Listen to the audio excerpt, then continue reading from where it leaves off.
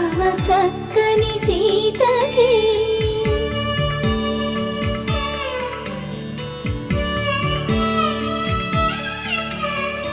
ఎర్ర జాబిలి చేయి రాముడేడని అడుగుతుంటే